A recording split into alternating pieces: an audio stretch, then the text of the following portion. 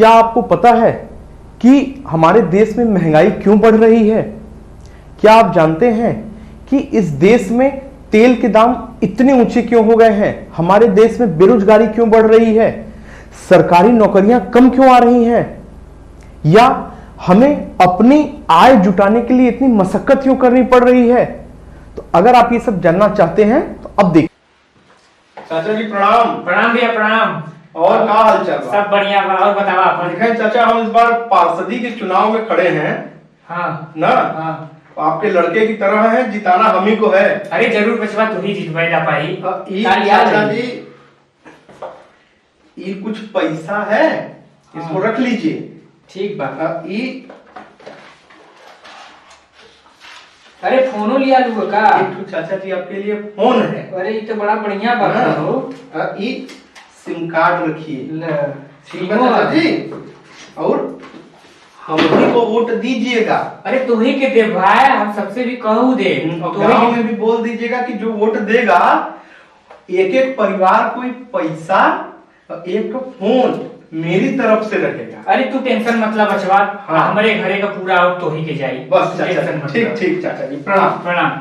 नमस्कार साथियों, आज हम फिर से एक टॉपिक डिस्कस करने वाले हैं जो आपने अभी सुना कि हमारे देश में महंगाई क्यों बढ़ रही है, बेरोजगारी क्यों बढ़ रही है, इन सब चीजों का कारण क्या है। देखिए, मैं आपको समझाना चाहता हूं कुछ उदाहरण, कुछ एग्जाम्पल्स के द्वारा। ठीक है, मेरा कोई मत नहीं है कि मैं आपको एक लंबा चौड़ा डाटा दूं या आपको किसी के एनालिसिस में डालूं। मेरा सिर्फ सीधा सा मतलब यह है कि मैं आपको जागरूक करने के लिए ये टॉपिक दे रहा हूं। मैं पहले भी कह चुका हूं कि मैं केवल 10% आपको समझा पाऊंगा, क्योंकि भगवान ने आपको तर्क करने की शक्ति दी है, सोचने की शक्ति दी है। तो उसके आगे की चीजें आप खुद से सोचिएगा, खुद से एनालिसिस करिएगा। मेरा सिर्फ काम यह है कि मैं वो माचिस हूं बस जो चिंगारी लगा सकती है, बाकी आपके जो मनोभाव है, जो चेतना है, उसमें आग लगाने का काम आप खुद करेंगे। तो आइए आज हम एक छोटा सा टॉपिक डिस्कस करते हैं। वीडियो थोड़ी सी हो सकती है लंबी हो जाए, लेकिन आप लोग इसे पूरा सुनिएगा। और मेरे कुछ साथियों ने अभी तक सब्सक्राइब नहीं किया है चैनल, जो मैं अभी देखता हूं कि व्यूज तो बढ़ रहे हैं, कुछ सब्सक्रिप्शन आप लोगों ने नहीं किया है, या तो वो भूलवश हो गया होगा या करने नहीं आ रहा है, या जैसे भी। प्लीज अगर हो सके तो नीचे जो रेड बटन पे सब्सक्राइब लिखा हुआ है उसे सब्सक्राइब कर लीजिए, बेल आइकन दबा लीजिए, ताकि मेरी नोटिफिकेशन, मैं जो वीडियोस डालता रहूं, वो आप तक प्रॉपर पहुंच सके। तो यही निवेदन है आपसे। अब हम वीडियो को शुरू करने जा रहे हैं। ठीक है, आइए एकदम सिंपल वे में हम लोग समझेंगे क्या होती है कुछ चीजें जो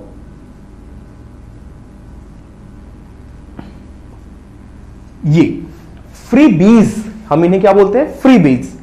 अगर आप इन्हें देखेंगे तो ये होती हैं हिंदी में मुफ्त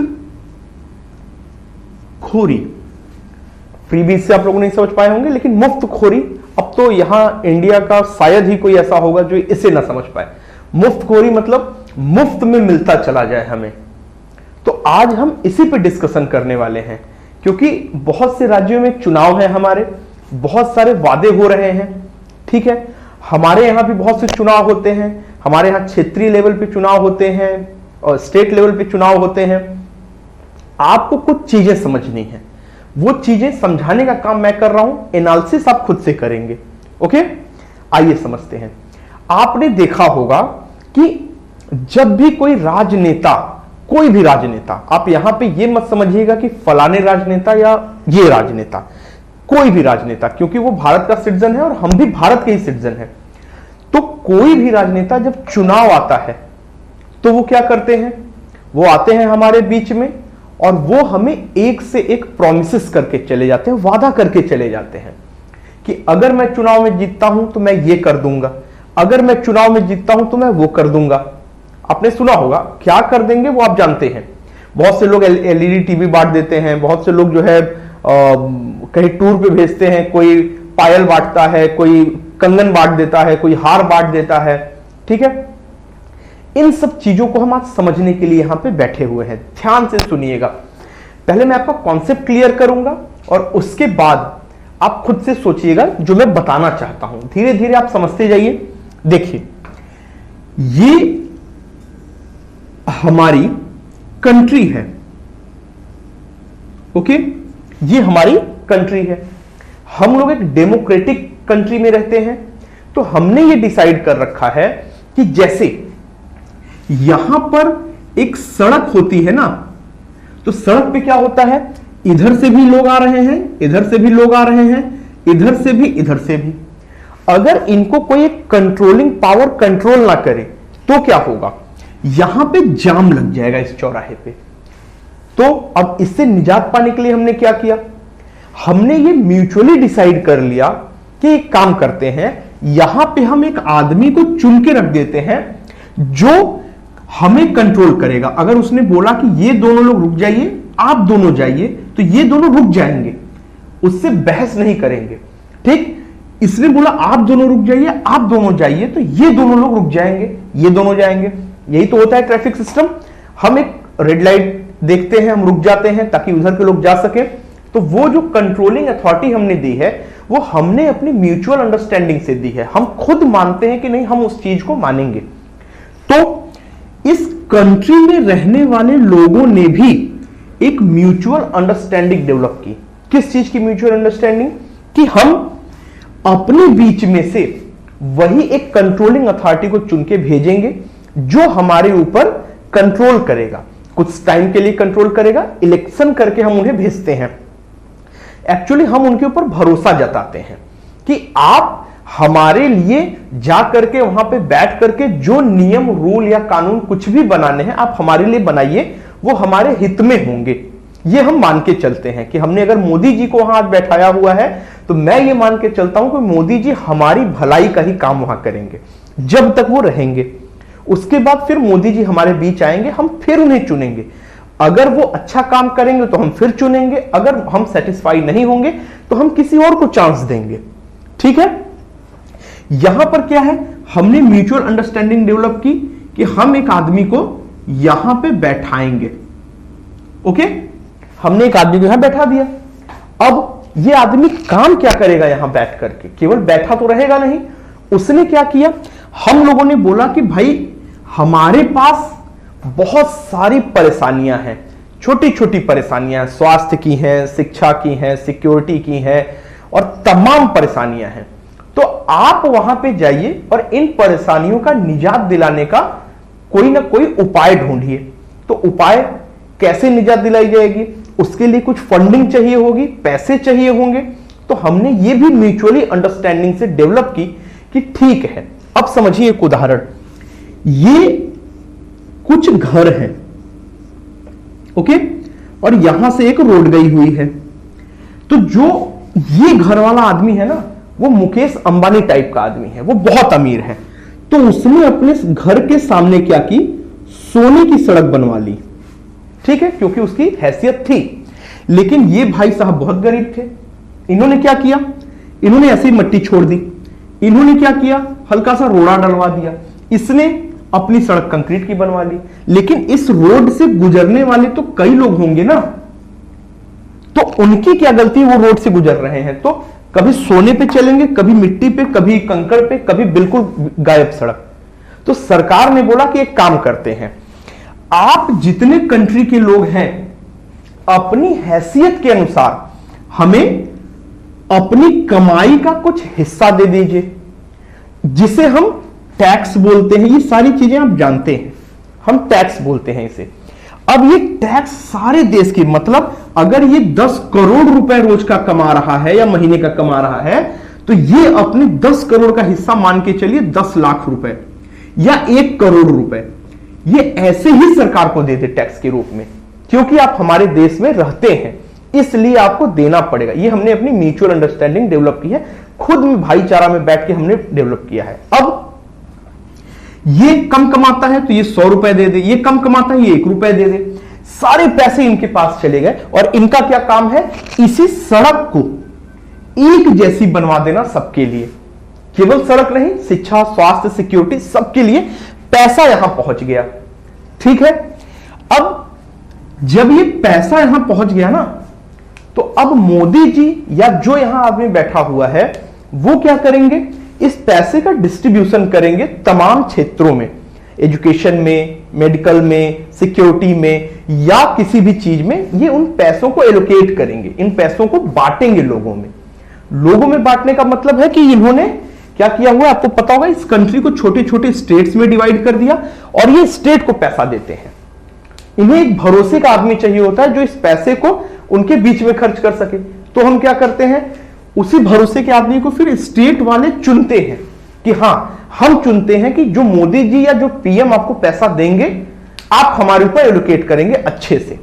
तो हमने उन्हें फिर अपने से चुन के भेजा, जिसे हम सीएम बोल देते हैं। इसी तरीके से सीएम भी कुछ लोगों को भरोसे के चुनते हैं, जिन्हें हम अंतिम में विधायक या कुछ ऐसी चीजें बोलते बोलते धीरे धीरे नीचे तक हम प्रधान लेवल तक चले आते हैं, ग्राम प्रधान या पार्षद लेवल तक चले आते हैं। इसी पैसे का एलोकेशन होता है। अब होता क्या है सर, ये समझिए, लोग, जैसे मैंने यहां लिखा फ्री बीज, मतलब जो ये लोग आते हैं ना चुनने के लिए, इनको हम ही और आप तो चुनते हैं, केवल हमारा एक वोट इनको जिता देता है। तो केवल यही वोट पाने के लिए ये लोग क्या करते हैं कि अपने अपने विचारों को रखते हैं। अब हो सकता है वो विचार बहुत प्यारे हों, हो सकता है वो विचार हमको अच्छे लगने वाले हों, हो सकता है वो विचार कड़वे लगने वाले हों। जैसे चुनाव से पहले कोई आके बोलता है कि हम आपको ये चीजें दे देंगे, हम आपको वो चीजें दे देंगे, आप हमें चुन लीजिए। हम बाकी सारी चीजों को छोड़ करके जो तुरंत वाला फायदा होता है उसको लेने के पीछे भागते हैं और उन्हें चुनते हैं। हो सकता है अच्छा हो सकता है बुरा हो, डजंट मैटर, हम आगे समझते हैं कि उससे फायदा क्या होता है। अब इस समय आप देखेंगे बहुत सारे जो पॉलिटिशियंस हैं उन्होंने फ्री बीज का इस्तेमाल किया है। अब फ्री बीज क्या चीजें हैं, देखिए दो चीजें हैं कि यहां पे जो व्यक्ति बैठा हुआ है, लास्टली उन्हें काम क्या करना है, हमारे प्रॉफिट के लिए, हमारे फायदे के लिए काम करना है, ठीक है। वो हमारे फायदे के लिए काम करते हैं, वो कुछ योजनाएं लेके आते हैं, सरकारें कुछ हमारे लिए योजना लेके आती है। जैसे मान के चलिए सरकार ने कोई योजना लेके आई कि हम गरीबों के लिए मुफ्त में अनाज देंगे, ये भी एक सरकारी योजना ही है। लेकिन फ्री बीज और जो गवर्नमेंट की वेलफेयर स्कीम्स हैं, इनके बारे में हमें डिफरेंस समझना पड़ेगा। और केवल मैं नहीं समझूंगा, आप भी समझेंगे कि कहां पर कैसे हम घाटे में जा रहे हैं। समझिएगा इन चीजों को, मैं धीरे धीरे आपको समझाने की कोशिश कर रहा हूं। देखिए, अब आप कंट्री को छोड़ दीजिए, एकदम दिमाग से निकाल दीजिए, आप अपने घर को देखिए। होता क्या है, ये हमारा घर है, ठीक है। इस घर में इमेजिन करिए कि 50 लोग रहते हैं, 50 पीपल्स इस घर में रहते हैं। वो 50 लोग क्या करते हैं, कहीं ना कहीं नौकरी करते हैं, कहीं ना कहीं व्यवसाय करते हैं, कहीं ना कहीं कुछ करते हैं। इन 50 लोगों ने, ये जो घर है वो हमारी कंट्री है, ये जो 50 लोग हैं वो हमारे सिटीजन्स हैं जो 135 करोड़ हैं। हम एक छोटा उदाहरण ले रहे हैं। इन 50 लोगों ने क्या किया, कमाने के लिए बाहर गए, कमाने के लिए कहीं ना कुछ कर रहे हैं। और हमने अपने इन्हीं 50 लोगों में से एक किसी व्यक्ति को चुन के रखा हुआ है जो हमारे लिए व्यवस्थाएं करेगा।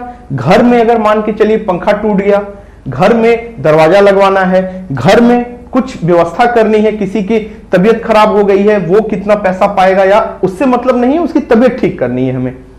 तो हमने क्या किया, हम लोगों ने डिसाइड किया कि एक हम फंड बनाते हैं जो ये 50 लोग देंगे यहां पर। 50 लोगों ने क्या किया, अपने अपने फंड को यहां पे पहुंचा दिया कि ठीक है हम कमा रहे हैं, आप एक छोटा सा अमाउंट ले लीजिए। क्यों, क्योंकि हम इस घर में रहते भी हैं। तो उसमें से मान के चलिए 20 लोग बहुत अच्छा कमाते हैं, उन लोगों ने 2-2 हजार रुपए दे दिया। और जो 30 लोग बचे ना, वो गरीब हैं, उन्होंने 300-300 रुपए दे दिया, ठीक है। 2-2 हजार रुपए, 300-300 रुपए, इन्होंने मिला के कुल 40,000 दे दिए। और इसमें कितने दिए, 9,000 रुपीज, ठीक है। अब इसने 40,000 दिए, इसने 9,000 रुपए दिए, 49,000 रुपए हो गए, 49,000, 50 मान के चलते हैं राउंड ऑफ में। 50,000 रुपए, 50,000 रुपए यहां पे आ गया हमारे फंड में। अब क्या होगा, अब देखिएगा, अब मैं ये बोलता हूं कि ये 50,000 रुपए मुझे इसी घर पे लगाने हैं, मतलब जो लोग कुछ गरीब हों उनके लिए व्यवस्था करनी है, इस घर की पेंटिंग करानी है, इस घर में सिक्योरिटी के नाम पे पूरी फिनिशिंग करानी है, ठीक है, फेंसिंग टाइप की मुझे करानी है, इस घर में कहीं पानी की समस्या हो, लीकेज की समस्या हो, वो दूर करनी है, इस घर में अगर कोई एक गरीब मतलब नहीं कमा पा रहा है तो उसके भरण पोषण की व्यवस्था करनी है। ये व्यवस्था कौन करेगा?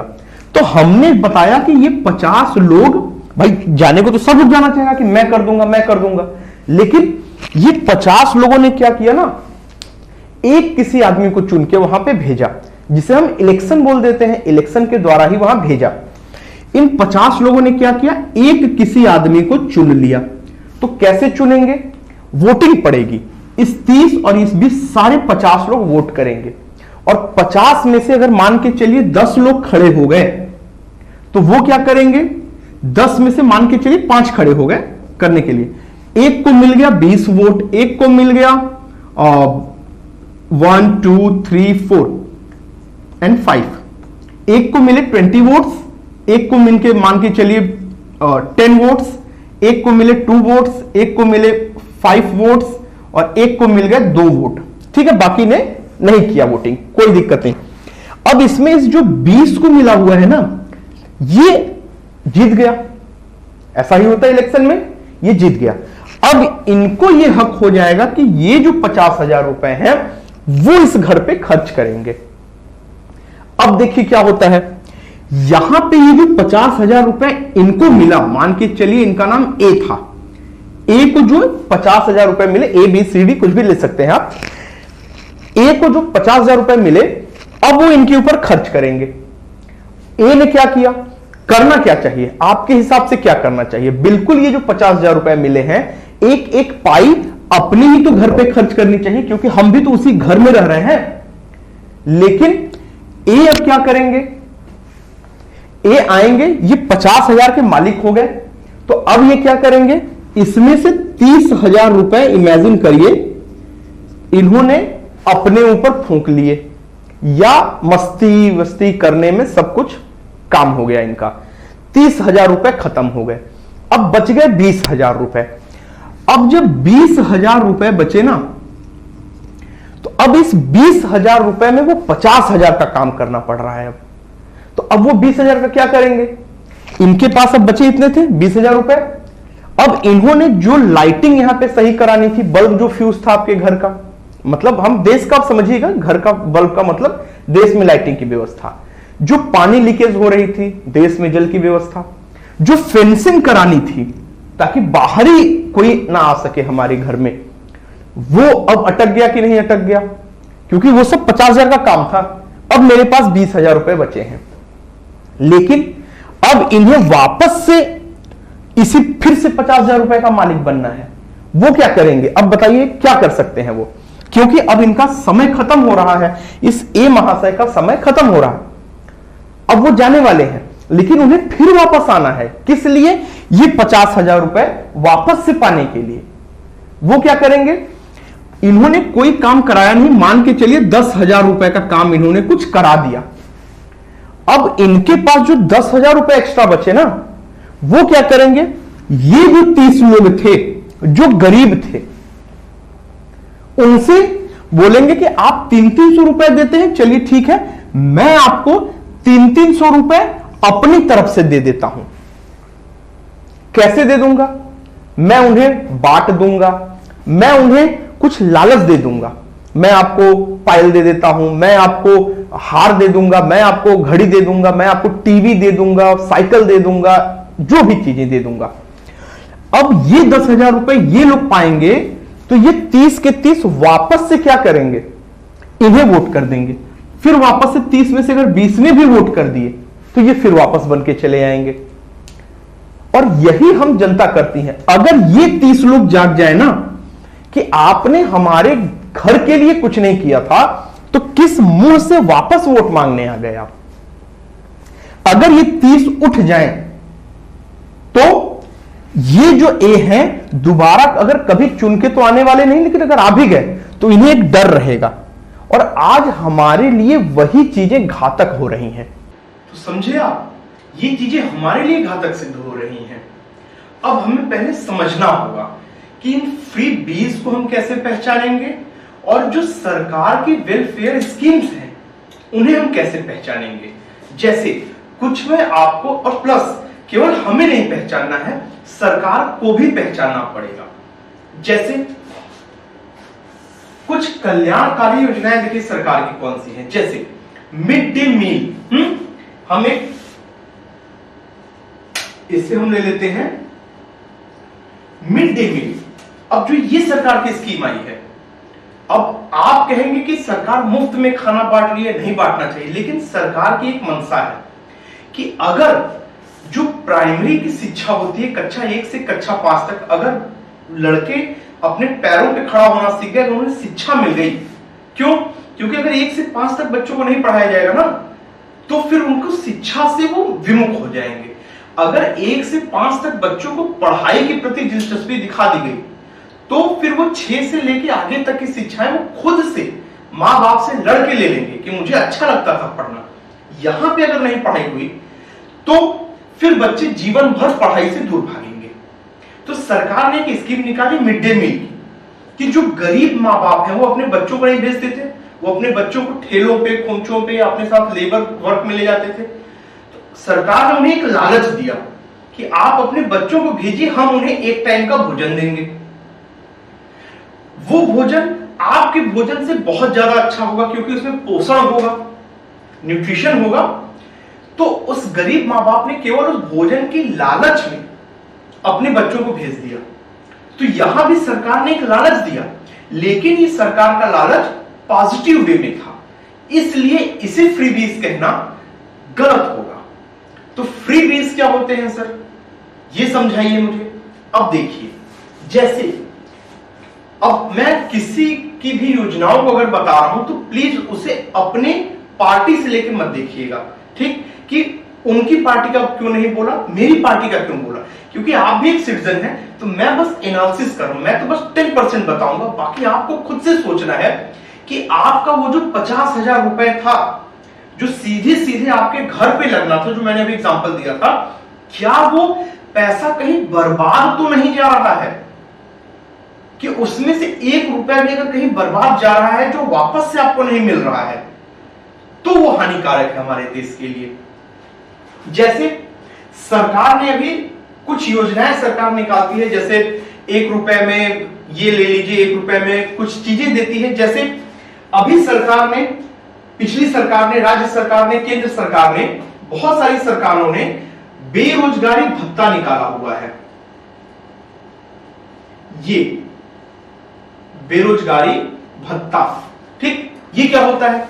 सरकार का मानना यह था कि बहुत से ऐसे युवा हैं जो पढ़ाई कर रहे हैं, और जो पढ़ाई कर रहे हैं उन्हें महीने में कहीं ना कहीं किसी ना किसी गवर्नमेंट जॉब की फॉर्म भरने होते हैं।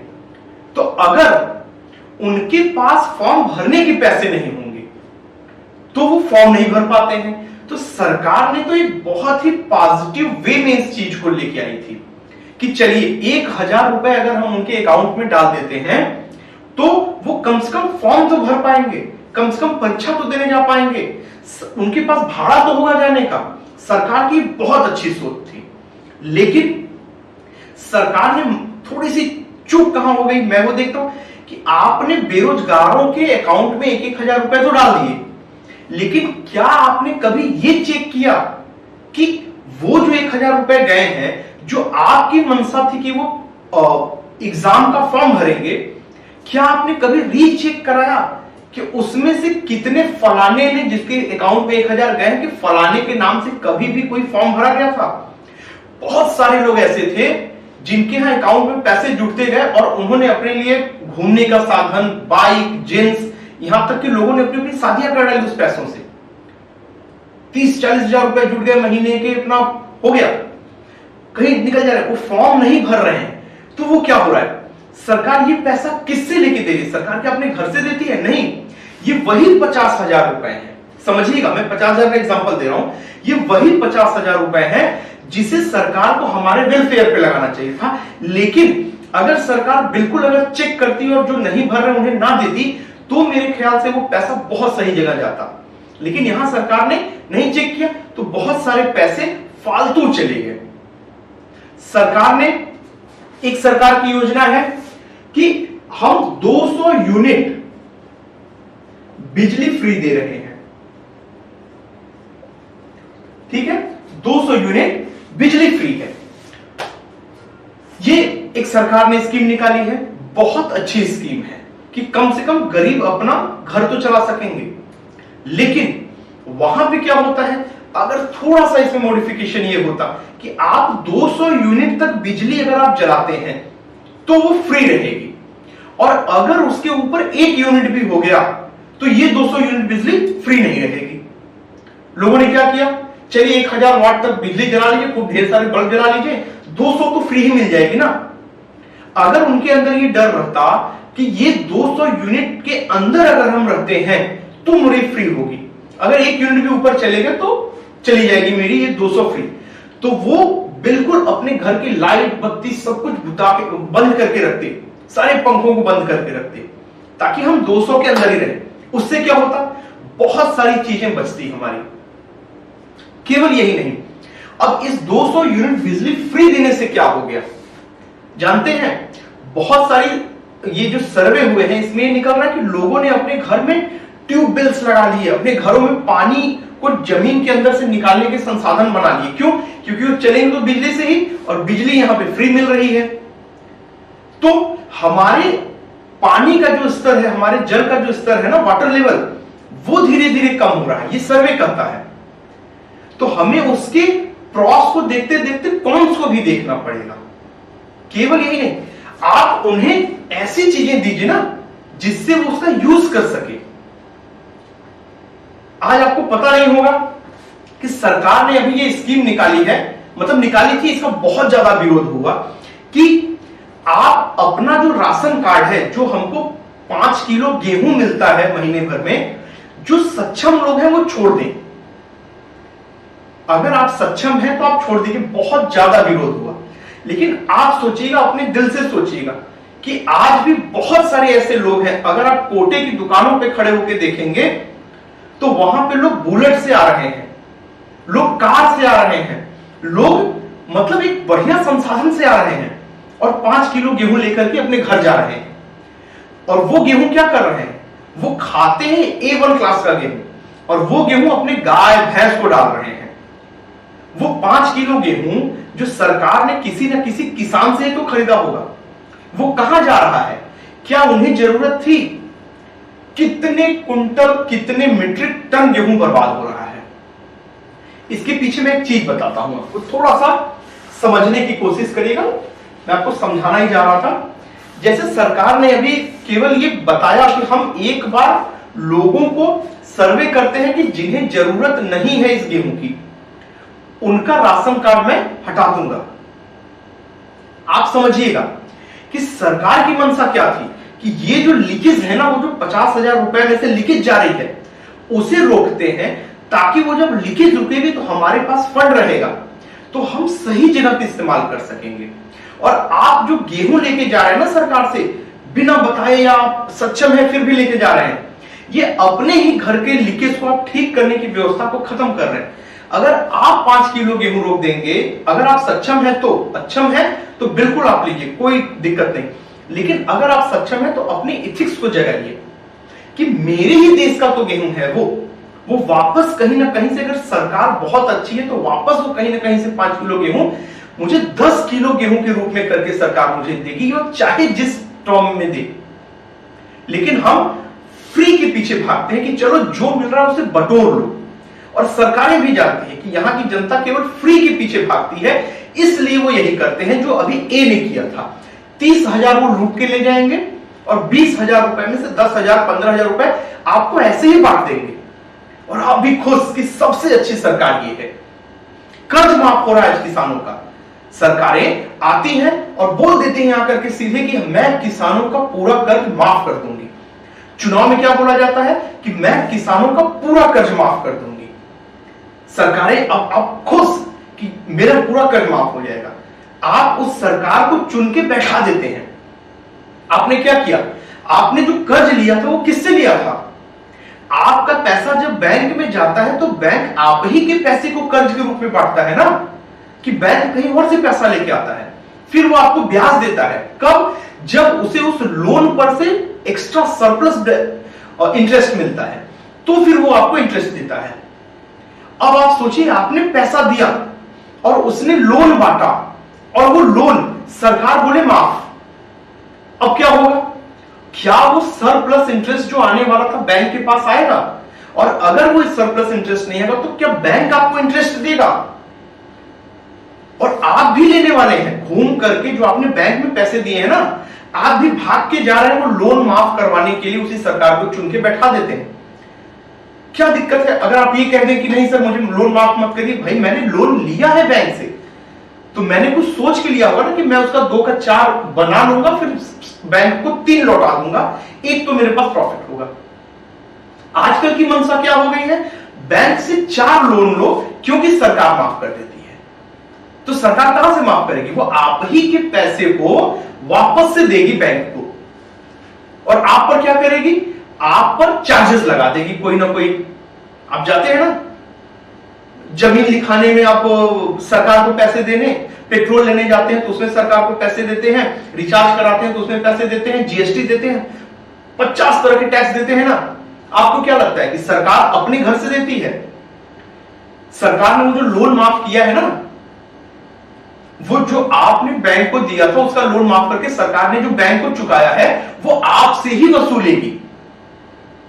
वो अपने घर से नहीं लेके आ रही है, वो आपसे ही वसूलेगी।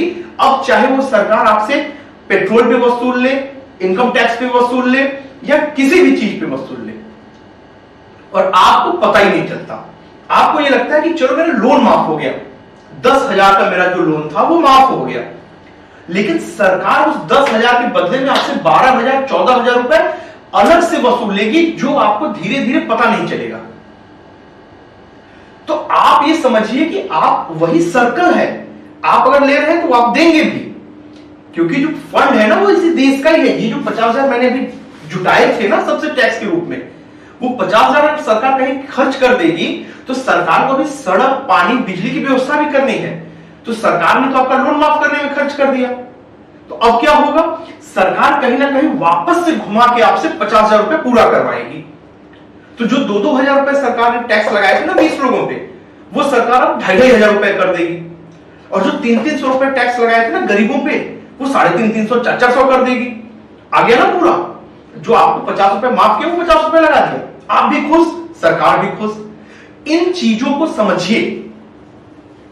आज आपके गांव में या आपके शहर में कोई भी आता है, एक कोई भी पार्षद या नेता आएगा, वो बोलेगा कि आप हमें वोट दीजिए, हम आपको मोबाइल बांट देंगे। तो क्या वो मोबाइल अपने घर से बांट रहा है? नहीं। पहले चुनाव के पहले अगर वो बोल रहा है मोबाइल बांटने के लिए, तो वो अपनी जेब से दे रहा है। उसके बाद जब वो आ जाएगा चुन करके, तो वो आप ही के जो पैसे सरकार ने आपके ऊपर खर्च करने के लिए दिए हैं ना, पहले वो अपना हिस्सा निकाल लेगा। यहीं से शुरुआत होती है करप्शन की। अगर हम उस मोबाइल को ही ना लें, अगर हम उस पायल को ही ना लें, अगर हम उस गले के हार को ही ना लें, अगर हम उस घड़ी को ना लें, तो वो पैसा तो खर्च किए नहीं। अब हम एक अच्छे आदमी को चुन सकते हैं। बचपन में मैं जब स्कूल में जाता था तो मेरे एक हिंदी के टीचर थे। एक बार टीचर्स डे को मैंने उन्हें एक पेन गिफ्ट करनी चाहिए थी, तो सर ने मुझे ये कह के लौटा दिया था कि नहीं बेटा, मैं ये तुमसे नहीं ले सकता, क्योंकि अगर मैंने ये पेन ले लिया तुमसे तो मेरा जो मन है ना वो टीचर का नहीं रह जाएगा। अब मैं ये सोचूंगा कि इसने मुझे ये पेन गिफ्ट दी है, इसलिए मुझे भी इसे कुछ देना पड़ेगा, या मैं इसके प्रति एक अजीब सी फीलिंग आ जाएगी कि यार मैं इसका नंबर काट रहा हूं, तो बेचारे ने मुझे पेन दी थी, तो ना मैं आपसे पेन लूंगा और ना मेरे मन में वो भाव आएंगे। मैं स्ट्रिक्टली टीचर की भूमिका निभाऊंगा। यही चीज होता है। अगर आप उस किसी भी एक नेता से अगर आपने 10 रुपए भी ले लिए हैं, तो आपके मन में ये रहेगा कि मैंने इसे लिया, उसने मुझे खरीद लिया, और आप ये मत सोचिए उसने खरीदा, वो कहीं ना कहीं से आप ही से वो चीजें वसूल लेगा, क्योंकि आप जो सरकार को टैक्स दे रहे हैं, सरकार वही विश्वास पात्र आदमी है जिसे सरकार उसे पैसा देगी कि हाँ आपने उसे चुन के भेजा है, आप ही खर्च करो। और जब आप पे खर्च करने वाला पैसा सरकार उस आदमी को देगी जिसे आपने चुन के भेजा है, तो वो क्या करेगा, आपको खर्च करेगा, पहले वो अपना हिस्सा निकाल लेगा, केवल अपना हिस्सा नहीं निकालेगा, उस हिस्से से ज्यादा निकाल लेगा। तो इन चीजों को आप समझिए। चाइना, आज जो हम चाइना की बात करते हैं, वो इतना डेवलप्ड कैसे हो गया, बहुत ज्यादा डेवलप है चाइना हमसे। हम आज विकसित हो रहे हैं, वो पहले से ही विकसित है।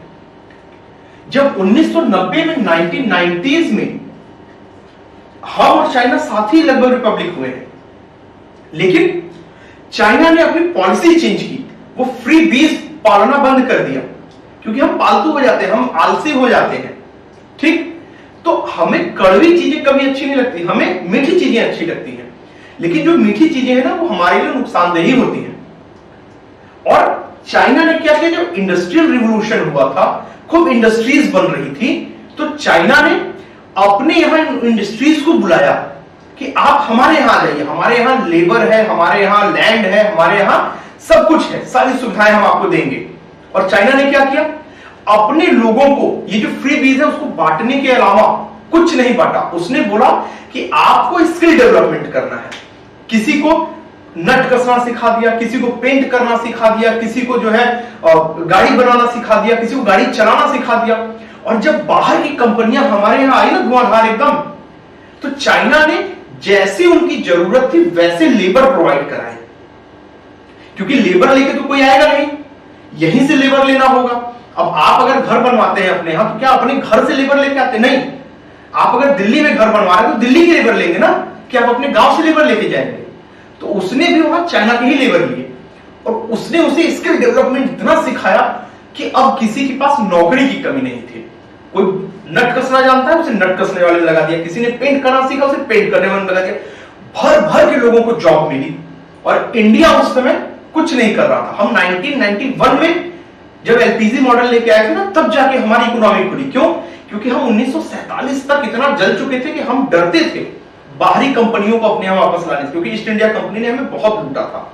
तो वो डर खत्म हुआ 1991 में, और तब तक चाइना बहुत ग्रोथ कर चुका था।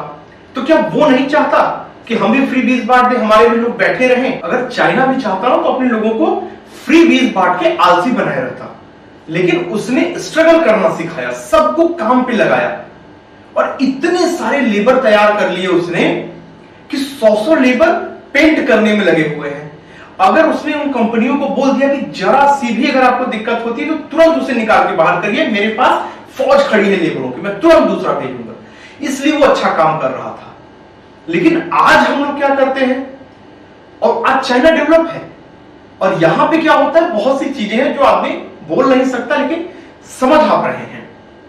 तो अगर कोई भी आदमी आता है, आप समझिए, जैसे बहुत सारे लोग साइकिल, टीवी, लैपटॉप, बहुत सारी चीजें बांट रहे हैं, ठीक है।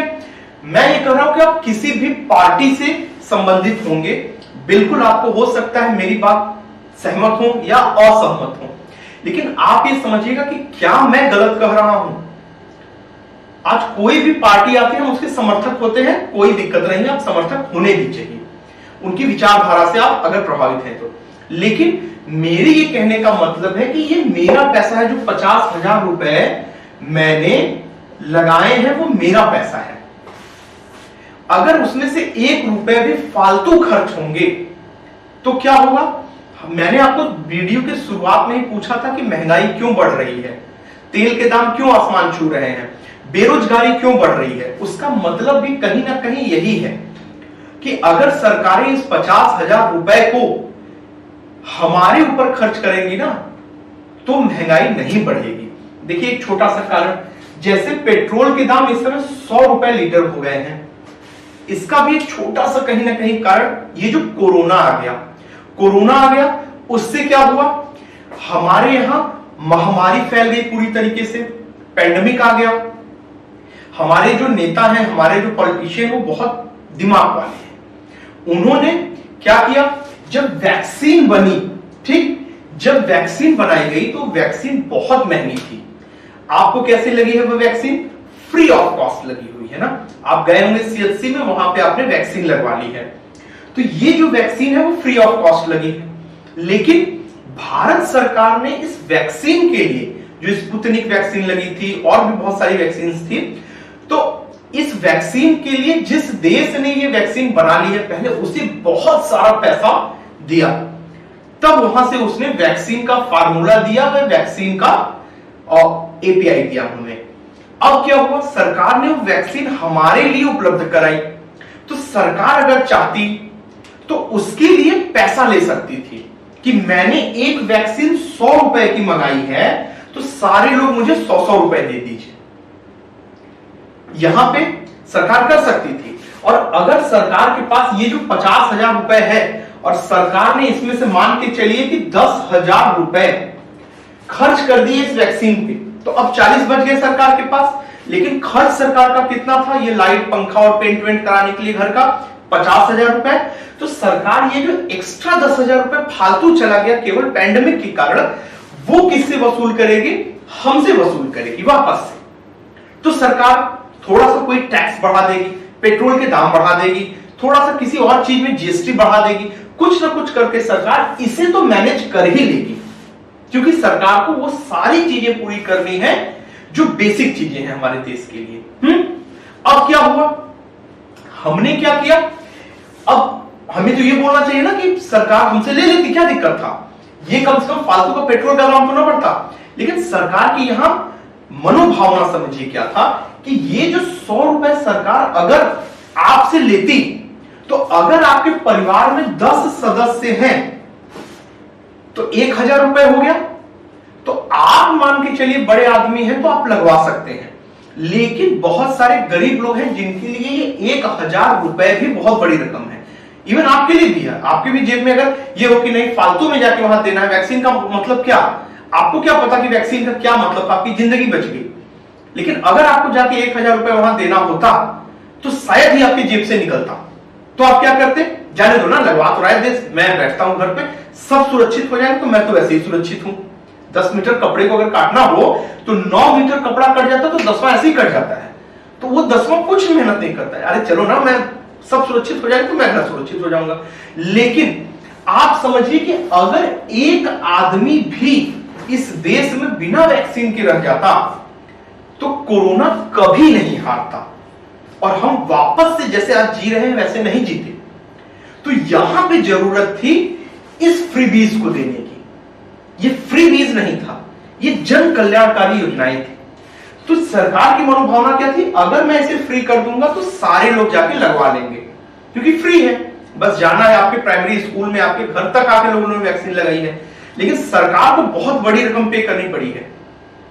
लेकिन सरकार की पॉजिटिव थिंकिंग देखिए कि अगर मैं इसे माफ नहीं करूंगा तो एक भी आदमी अगर बच गया तो कोरोना नहीं जाएगा, क्योंकि शुरुआत देखिए एक ही आदमी से हुई थी और अंत भी जब तक उस एक आदमी को भी खत्म करके नहीं होगा कोरोना, तब तक कोरोना नहीं जाएगा।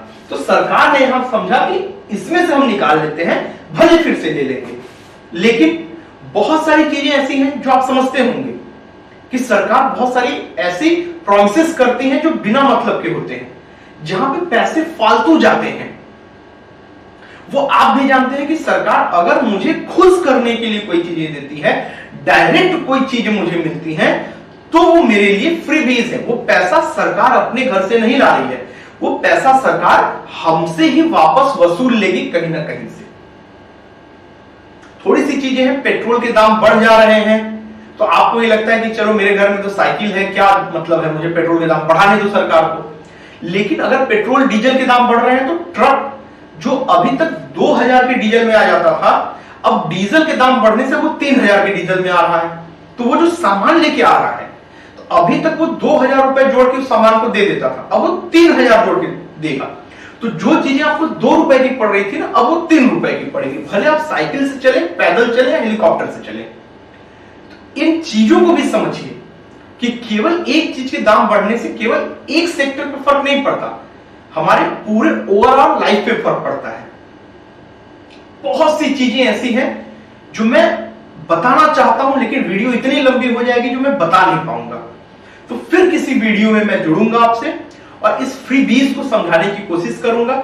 अभी चुनाव आने वाले हैं, बहुत सारे चुनाव आएंगे, लोग आपको लालच देंगे कि आप मुझे वोट दीजिए, मैं ये कर दूंगा, आप मुझे वोट दीजिए, मैं आपके लिए ये व्यवस्था कर दूंगा। ये पहचानना, क्योंकि भगवान ने आपको तर्क करने की शक्ति दी है, आपको सोचने की शक्ति दी है, तो आप ये सोचिएगा कि क्या जो वो मुझे दे रहा है, क्या वो मेरे देश के हित में है या अहित में है। अपना हित मत सोचिएगा कि अगर वो मुझे एक मोबाइल खरीद के दे रहा है तो वो क्या मुझे मोबाइल दे रहा है या वापस से मुझसे ले लेगा। आप कहेंगे कि सर जो हमारे पार्षद साहब हैं, जो हमारे प्रधान जी हैं, वो हमें ये गिफ्ट दिए हैं, तो आप ये जानिए कि वो गिफ्ट कभी भी बिना स्वार्थ के कोई आपसे कोई चीज देगा नहीं, कोई चीज लेगा नहीं। तो अगर वो पार्षद साहब ने या वो प्रधान जी ने या विधायक जी ने या सांसद जी ने वो चीजें आपको दी हैं, तो ये समझ लीजिएगा कहीं ना कहीं से जो आपसे जो टैक्स जुटा के केंद्र सरकार लेते हुए राज्य सरकार को दे रही है और राज्य सरकार क्षेत्रीय गवर्नमेंट को देती है, जो लोकल गवर्नमेंट होती है, लोकल बॉडीज होती हैं, उसी में ये छोटे लोग आते। जैसे ही आपका पैसा घूम के इनके पास आएगा, वो जो आपको 10,000, 20,000, 50,000 का गिफ्ट दिया गया है ना, पहले वो आप ही के हिस्से में से वो निकाल के ले लेंगे, इवन ज्यादा ले लेंगे, और वो आप तक नहीं आएगा। और इसके जिम्मेदार सीधे सीधे आप भी हैं। अगर आप वही मना कर दें कि मुझे ये गिफ्ट नहीं चाहिए, प्लस जो भी ये गिफ्ट देने वाली बात करता है, आपको अगर गिफ्ट देना है तो आप क्यों नहीं देते हैं, शिक्षा में दीजिए। शिक्षा में आप गिफ्ट दीजिए, एजुकेशन में, कि पूरी की पूरी शिक्षा मुफ्त। आप प्राइवेट स्कूल में पढ़िए या सरकारी स्कूल में पढ़िए, सरकार उसका वहन करेगी। तो मैं समझता हूं कि ये ठीक है, कि चलिए ठीक है, अगर आप शिक्षा देते हैं तो इंग्लिश मीडियम का बच्चा भी अगर पढ़ के आएगा तो देश का ही नाम करेगा। और इवन गरीब बच्चा भी अगर जाके सेंट जॉन्स, डीपीएस और माउंट लिटेरा में पढ़ता है तो वो कहीं ना कहीं से देश का ही भला करेगा। किसी भी गरीब बच्चे को आप ये मत समझिएगा कि ये गरीब है, ये देश का क्या भला कर सकता है। इसका सीधा सा उदाहरण है हमारे आज के यशस्वी प्रधानमंत्री मोदी जी, जो कभी एक ट्रेन में, मतलब एक गरीबी में जिए हुए हैं। अगर उस समय कोई उनको बोलता कि ये बालक क्या करेगा हमारे लिए, तो वो कितना बड़ा गलत साबित होता आज के दिन में। और आज वो हमारे देश को कहां से कहां लेके जा रहे हैं। ठीक है, मैं किसी भी सरकार की सराहना या उनकी उपेक्षा नहीं कर रहा हूं, मैं एक बात बता रहा हूं, हमारे प्रधानमंत्री हैं। तो शिक्षा मुफ्त कर दीजिए, मुफ्त कर दीजिए, बिल्कुल मुफ्त कर दीजिए। टीचरों को आपको भर भर के सैलरी देनी हो आप दीजिए, लेकिन शिक्षा मुफ्त हो या शिक्षा नॉमिनल सा चार्ज हो उस पे। ये स्कूल वाले किताबें ना लें, स्कूल वाले कोई ऐसी चीजें ना करें जिससे हम वहां पढ़ना। एक गरीब का बच्चा इसलिए सेंट जॉन्स में या डीपीएस में या किसी भी अच्छे प्राइवेट स्कूल में नहीं पढ़ना चाहता, क्योंकि वहां पे वो अफोर्ड ही नहीं कर पाएगा। तो सरकार उसे अफोर्ड करे तो मैं इसे अच्छी चीज मानता हूं। या जैसे मेडिकल है, अगर मेडिकल फ्री हो जाता है तो कितनी अच्छी चीजें हैं। 5 लाख का जो आज आप जय योजना देखते हैं, जन आरोग्य योजना, ये कितनी अच्छी है। आदमी की 10-10 साल की कमाई 10 दिन में खत्म कर देते हैं हॉस्पिटल वाले। अगर कोई सरकारी इस पे काम करे, अब आप समझिए कि सरकार को क्या करना चाहिए कि आप सबको फ्री में दे दीजिए ना ये मेडिकल की सुविधा। क्या दिक्कत है, आप इंश्योरेंस लीजिए उनसे कि 2,000-4,000 रुपए आप उनको दे दीजिए, मैं सबको फ्री में दूंगा। क्यों? अगर आप एक सीबीसी कराने जाते हैं, नॉर्मल सा ब्लड का टेस्ट होता है, तो वो आप केवल 10 पैथोलॉजी घूम लीजिए। किसी पैथोलॉजी में 2,000 का होगा, किसी पैथोलॉजी में 800 का होगा, किसी में 200 का होगा, किसी में 600 का होगा। जानते हो क्यों? क्योंकि आप आम आदमी हैं। उन्होंने 2,000 बोला और डॉक्टर ने वहीं भेजा तो आपको वहीं से कराना है, तो वो जान रहे कि मेरे यहां कराएंगे तो मैं 2,000 लूंगा। जबकि अगर वो आप सीएचसी में चले जाइए या किसी अच्छे सरकारी अस्पताल में चले जाइए तो वो 50 रुपए में हो जाएगी। तो जानते हैं उस सीबीसी की कीमत केवल 50 रुपए ही है, लेकिन वो जो मेडिकल वाले हैं वो हमसे वसूल करते हैं पैसा और हम देते हैं। मेडिकल पे कितना खर्चा होता है। अगर सरकारी ये बोल दें कि आप जाके वहां पे सीबीसी करा लीजिए और पैसा मैं दे दूंगी, जैसे बैंक वालों को बोलते हैं ना कि आप कर्ज दे दीजिए मैं माफ करके आपको दे दूंगी, तो अब अगर मैंने सीबीसी कराई हुई है और उस प्राइवेट अस्पताल ने मेरे लिए फ्री में सीबीसी की हुई है, तो प्राइवेट अस्पताल अब सरकार के पास जाएगी, तो क्या वो सरकार को 2000 का बिल देगी कि सर मैंने 2000 का सीबीसी किया है? क्यों? क्योंकि सरकार के ही तो अंडर में वो आएंगे उसी देश में ना, तो क्या सरकार उनको बोलेगी कि यार 2000 का बिल कहां से आ गया तुम्हारा, जबकि सीबीसी तो 50 की होती है? तो वो सरकार से बात, मतलब वो सरकार से नहीं लड़ सकते, लेकिन वो हमसे लड़ लेंगे, इसलिए वो हम 2000 देके आते हैं, वो सरकार के पास जाएंगे तो सरकार ने 50 रुपए में मेरी सीबीसी करा दी, जबकि एक अच्छे अस्पताल में मेरी सीबीसी हुई है। तो सरकार को इन चीजों पे सोचना चाहिए। फ्री बीज आप बांटिए, बहुत अच्छी चीज है, आप बांटते रहिए, लेकिन वो फ्री बीज जो है वो पॉजिटिव वे में हो, जो हमारे देश का भला करे, जहां से वो किसी अगर सिटीजन को मिल रही है तो सिटीजन उसका 4 गुना देश को लौटाने की सोचे कि हाँ ये मुझे मिला है तो अब ये मेरे प्रोग्रेस में सहायक होगा, ना कि मेरे पतन में सहायक होगा, कि वो मुझे आलस का भागीदार बना रहा है। आज गांव से लोग निकलना नहीं चाह रहे हैं, गांव से लोग यहां आना नहीं चाहते हैं शहरों में। क्यों नहीं आना चाहते? सरकार ने उन्हें एकदम बिल्कुल 5-5 किलो अनाज 5-5 किलो अनाज बांट दिया है, तो वो बहुत से ऐसे लोग हैं, सरकार ने जो 5 किलो अनाज बांटा बहुत बढ़िया स्कीम है, लोगों को कम से कम इसका सुविधा तो मिल गया कि चलिए मैं खा सकता हूं। लेकिन बहुत से ऐसे लोग हैं जो पुलाव खाते हैं लेकिन जाके 5 किलो अनाज लेके आते हैं, वो 5 किलो अनाज वापस घूम के सरकार हमें देती, लेकिन अब नहीं दे पा रही है क्योंकि सरकार को सबको पालना भी है। ठीक है, तो मेरे कहने का मतलब छोटा सा सिर्फ यही था। अगर आपको ये वीडियो पसंद आई हो तो प्लीज सब्सक्राइब जरूर कर लीजिएगा। ऐसी बहुत सी बातें हैं जो मेरे मन में चलती हैं और मैं आपके साथ शेयर करना चाहता हूं। अभी हम पढ़ाई लिखाई और सब्जेक्ट्स पे भी आएंगे, लेकिन मैं बस आपको अवेयर कर रहा हूं। Thank you so much, thank you so much. प्रणाम चाचा। प्रणाम प्रणाम नेताजी। बुलाया है का चाचा जी? अरे हाँ, बहुत जरूरी काम से तोके बोल रही है का? हाई तू ला अपन पैसा, और हाई अपन सिम और हाई मोबाइल। अरे आई नहीं सब हमके दिया मत भाई। काहे लौटा रहे हैं? तोरे ही फोनवा में हमार बचवा के दिखैले हैं सौरभ शिक्षा अभियान तो वीडियो कि बहुत अच्छा भैया हम सौरभ भैया बहुत अच्छा समझैले हन, हमार तो अखिए खोल देलन। आज के बाद न हम मोबाइल ले न पैसा ले, अपने परिवार के अपने गांव के भी समझैले कि जे भैया मोबाइल पैसा रुपया सबका लालच दे ओके उठ हमने न देवल जाए, ई तय कैले बानी। तो तू अपन मोबाइल पैसा पकड़ा और जा यहाँ से। अच्छा चाचा, डब्बो दिए थे चाचा? अरे डब्बा लेता महाराज अपन जा। अच्छा, प्रणाम।